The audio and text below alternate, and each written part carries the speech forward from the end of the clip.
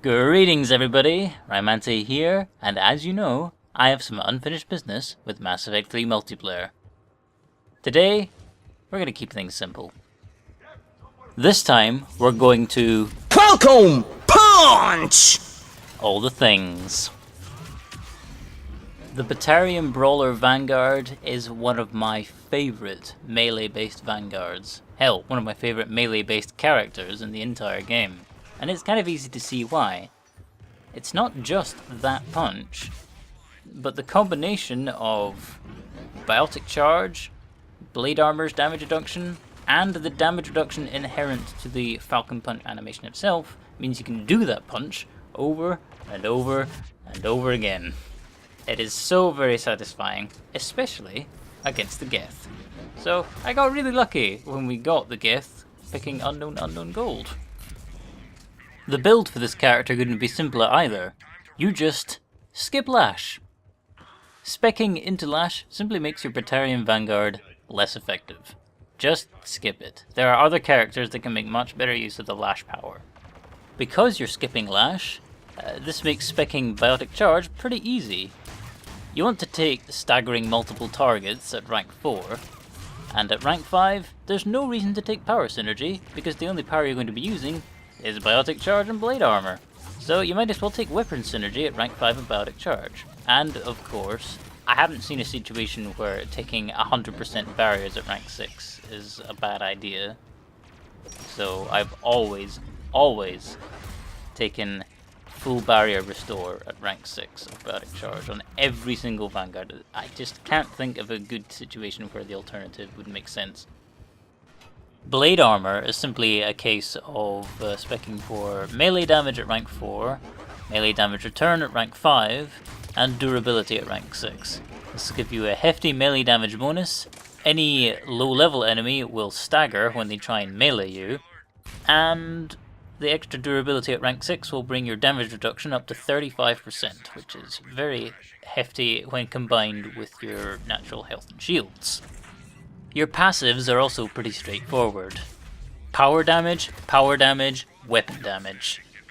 You absolutely want to make sure that your Biotic Charge does over 1000 newtons of force, because this is what's required on every single Vanguard to stun a Phantom on gold.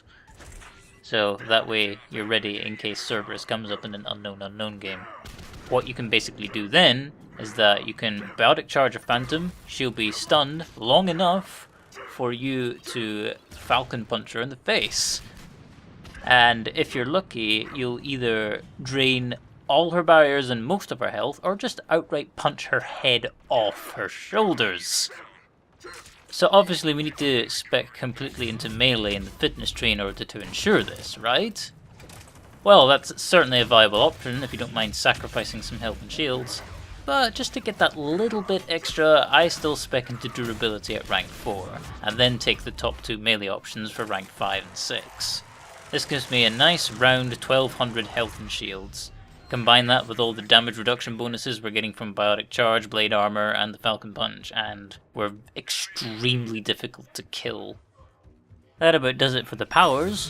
What about weapon choices? Well, you're going to be in melee range constantly, so obviously it makes sense to take a shotgun along for the ride. I'm using the Piranha 10 in this video, and a shotgun would definitely be my first choice, also because it's one of the 2 weapon classes where you can apply an Omniblade attachment to it. This increases your weapon's weight by 50%, but it also increases your melee damage by 50% when it's at rank 5. But of course, the Shotgun Omniblade is a rare weapon mod unlock, which can take a long time to get maxed out. The regular Shotgun Blade attachment only increases your melee damage by 25% at rank 5, but it's a common unlock and thus much easier to get, so that's a viable alternative if you simply do not have the Omniblade. As for the actual shotgun itself, you have many options you could use. You could use the AT-12 Raider, you could use the Rieger Carbine. As overpowered as it is, it would work very well in this role. There's also other close range weapons you could use. The Talon is an ultra rare, but it's a shotgun in the heavy pistol category, so you could apply the melee stunner weapon mod for extra melee damage that way. Those would be my most ideal choices, but if you find yourself in the situation where you've just started playing and you somehow got a Batarian, Brawler, Vanguard, then obviously I would recommend the Katana shotgun, because it's the only shotgun you have at the beginning of the game. And that just leaves us with the one-time equipment use bonuses and the gear bonus. We'll start with the gear bonus. Obviously I'd recommend either Berserker Package or Juggernaut Shield, the first one boosting shotgun damage and shields, and the second boosting melee damage and shields. You can see the obvious applications. And then for the one-time use bonuses, for your ammo power I'd actually recommend Incendiary rounds in this case. They'll give you a flat weapon damage boost, and any enemies that you set on fire with those rounds can then be detonated with biotic charge, creating a nice fire explosion. For the armor bonus, shields. So take a cyclonic modulator, just boost those shields as high as you can. Stacked with the damage reductions of everything I mentioned earlier, you will not die very often. And then for the weapon bonus, I would recommend using up all those strength enhancers you've probably been stockpiling this whole time. Right, I think that's everything for the character build, so let's talk enemy-specific strategies. You can hopefully see in the video just how effective this class is against the Geth, and in my personal experience, the only attack I've seen that can actually knock you out with the Falcon Punch animation is the Geth Prime's melee attack, where he sort of hits you with the butt of his cannon. The Geth in general have very little that can reliably defend against this class. The other enemy factions, however, have all the sync kill enemies, which makes things far riskier. I've already mentioned how to deal with phantoms earlier on in the video when I was discussing the character build, but what about atlases? Well, fortunately, their sync kill window is rather easy to identify. If an atlas has just performed a melee attack, get the hell away from them, because they will, if you're still close enough to them after they perform a melee attack, they will probably follow up with a sync kill and take you out of the match very quickly, because the Atlas' sync kill is very quick and instantaneous. Reapers, again, I would advise caution with brutes. Their sync kill operates in much the same way as Atlas's does, where they'll only do it after a melee attack, but I've seen it just appear randomly out of nowhere, so I might actually just recommend engaging them at a distance as much as possible, which might seem strange for a melee-focused class, but hey, at its heart, Mass Effect 3 is a shooter, you're going to have to use your gun at some points. And then, of course, there's Banshees. The only time it's safe to melee a Banshee is when they're not in their teleporting phase. Banshees have two distinct phases to them. When they're teleporting to you, they can sync kill you. If they're throwing energy balls at you and doing their area of effect scream attack, they won't sync kill you. But the area of effect scream can knock you out of the Falcon Punch animation. However, if you're good at maneuvering a Banshee into position, there is one very rare situation where it is safe to engage a Banshee, teleporting Banshee that is, at close range. A teleporting Banshee cannot sync kill you if it is on a different elevation from you. So if you engage it on a sloped surface like stairs or a ramp, and like either she's above or below you and not entirely level with you, she shouldn't be able to sync kill you. But you have to be very careful with how you're positioned. Otherwise she might just suddenly teleport into a level position where she can just grab you and skewer your stomach. Collectors are by far the most annoying of the bunch when it comes to sync kill enemies. The Scion again works a lot like the Brute and the Atlas in that it will follow up with a sync kill if you're still sticking around after its melee attack. And it's doubly annoying in this case because I'm pretty sure that the Scion's melee attack can knock you out of the Falcon Punch animation, which will just make you a sitting duck. So engage Scions at range is the advice I would give. Just rely on gunfire and fire explosions to do the damage. And then Praetorians have very, very small windows of opportunity to get up close safely. The only time it's safe is during their laser firing animation, by which point they'll probably turn their attention and fire their lasers at you anyway, and right after they do that leap attack.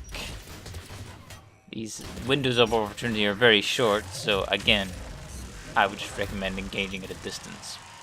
It's not worth the risk. You will probably just get sync killed if you stay too close to either of these two enemies for very long. I think that's all the advice I have regarding a build for the Batarian Brawler Vanguard. So let's move on to an unfinished business status report. If you saw the last Mass Effect 3 unfinished business video I posted, you'll remember I said I would stream on Twitch when I was going to attempt my gold solos for the Solo Mastery banner. I did this in the last week of May. Unfortunately, it was kind of a disaster. The first stream was basically broken and unwatchable, and I didn't find out until after I had successfully completed my first gold solo. And then I tried the second attempt, failed, gave up, stopped streaming because I was frustrated that it was broken and I wasn't doing very well, so I just stopped and came back to it a few days later. The day before Mario Kart 8 came out, in fact, was when I tried again.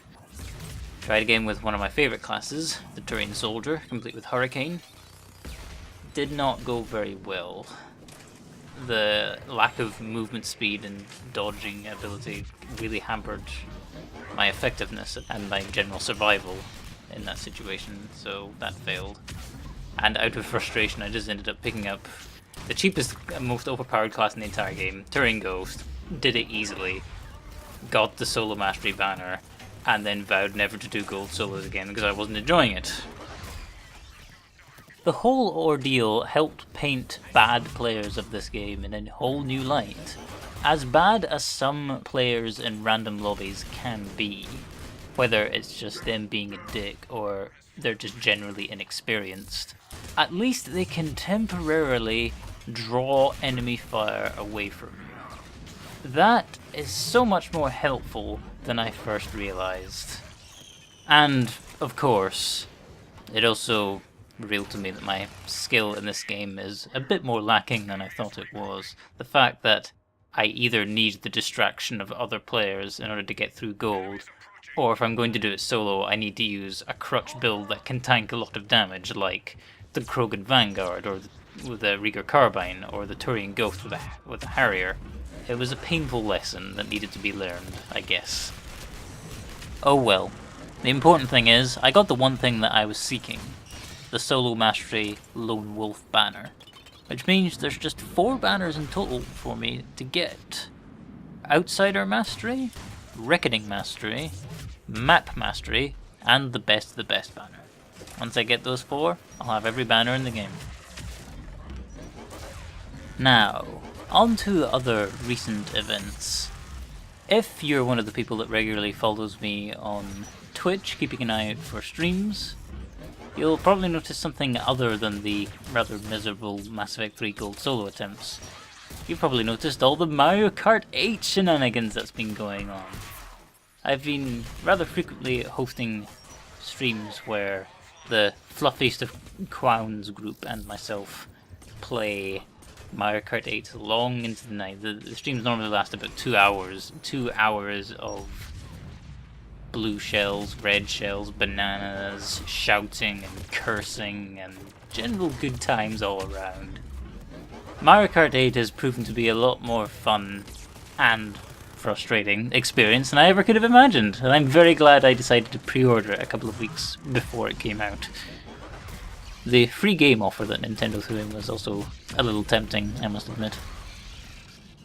I'm not entirely sure how long this Mario Kart 8 badness is going to last, but as I record this, it's Friday, June 6, 2014, and tomorrow, Saturday, June 7th, there's going to be a Mario Kart 8 Fluffiest of Clowns weekend event. It'll be happening at the usual time, 5 PM British summertime, and it's probably going to be a hoot.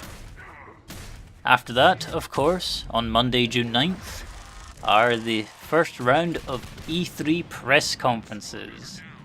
I believe Monday will consist of Microsoft first, as usual, as well as EA and Ubisoft.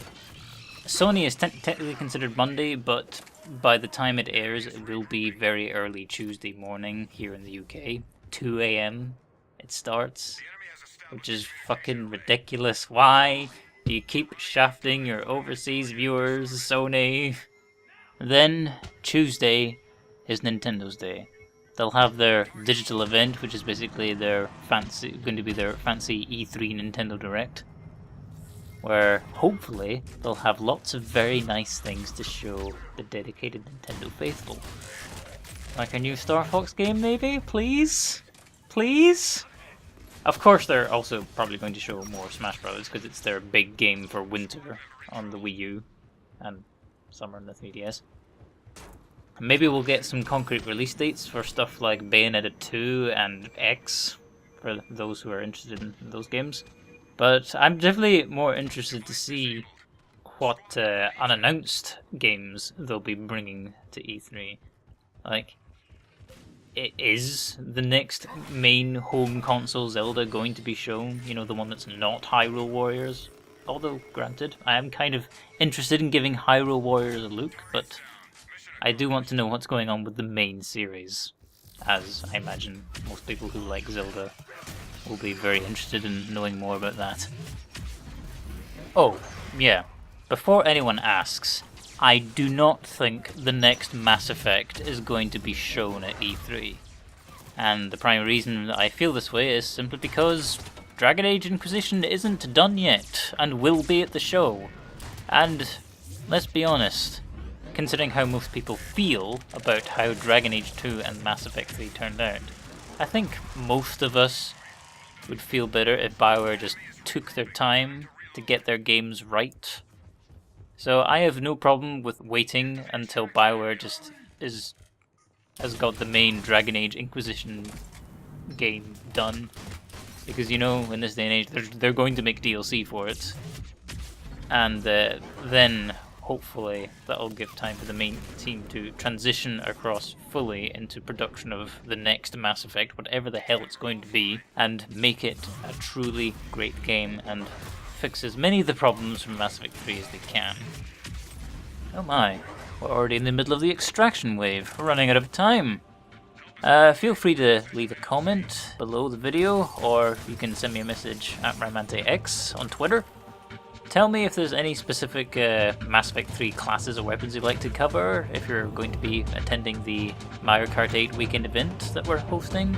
Tell me what you're looking forward to at E3. And we'll see you next time.